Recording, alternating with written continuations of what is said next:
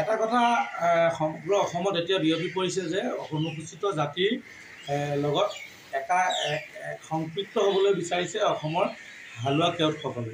এতিয়া কথা হ'ল কি যে অসমৰ অনুসূচিত জাতিৰ কৈৱৰ্ত সম্প্ৰদায়ৰ লোকসকল ঐতিহাসিকভাৱে এই অসমৰ বিভিন্ন কাৰ্যসূচীৰ লগত অসমৰ ৰক্ষা কৰা বৰ অসম ৰক্ষা কৰা স্বাভিমানৰ লগত অসমৰ বিভিন্ন বিদ্ৰোহৰ লগত বিশেষকৈ শৰাইঘাটৰ যুদ্ধৰ লগত বিশেষকৈ মোৱামৰীয়া বিদ্ৰোহৰ লগত বিশেষকৈ আপোনাৰ ফুলগুৰিৰ যি কৃষক বিদ্ৰোহ ঐতিহাসিক এনেধৰণৰ বিভিন্ন ধৰণৰ কাৰ্যসূচীৰ লগত অসমৰ কৈৱৰ্তসকল জড়িত হৈ আছে। কথা হ'ল কি এনে স্বাভিমান থকা এটা অসমৰ স্বাভিমানী কৈৱৰ্ত জনগোষ্ঠীৰ লগত কোনো কাৰণতে দূৰ দূৰলৈকে অসমৰ হালোৱা কেওটসকলৰ সম্পৰ্ক নাই।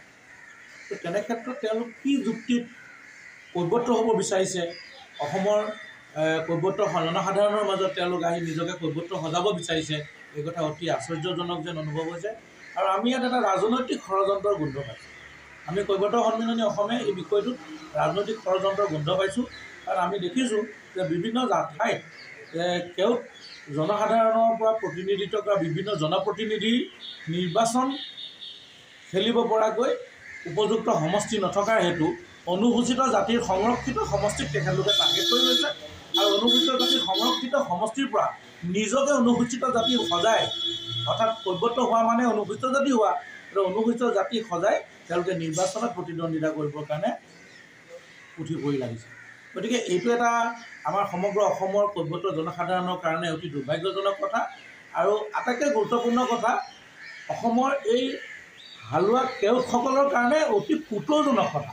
কাৰণ তেওঁলোকে নিজকে কিছুদিন আগতে ৰঞ্জিত দাসৰ দৰে এজন প্ৰতাপী মন্ত্ৰীয়ে অসমৰ কৈৱৰ্তসকলক এটা অস্পৃশ্য শব্দৰে অসাংবিধানিক শব্দৰে গালি পাৰিলে।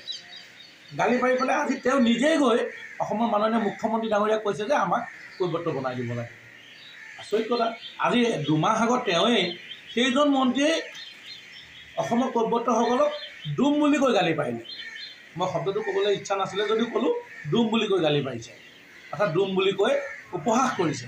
সেই তেনে এজন মন্ত্ৰীয়ে এতিয়া নিজে উচ্চ জাতিৰ বুলি নিজকে প্ৰতিপন্ন কৰি সদায় বেলেগক নিজ বুলি প্ৰতিপন্ন কৰি ডুম বুলি হাঁহিয়তৰ পাত্ৰ কৰিছে।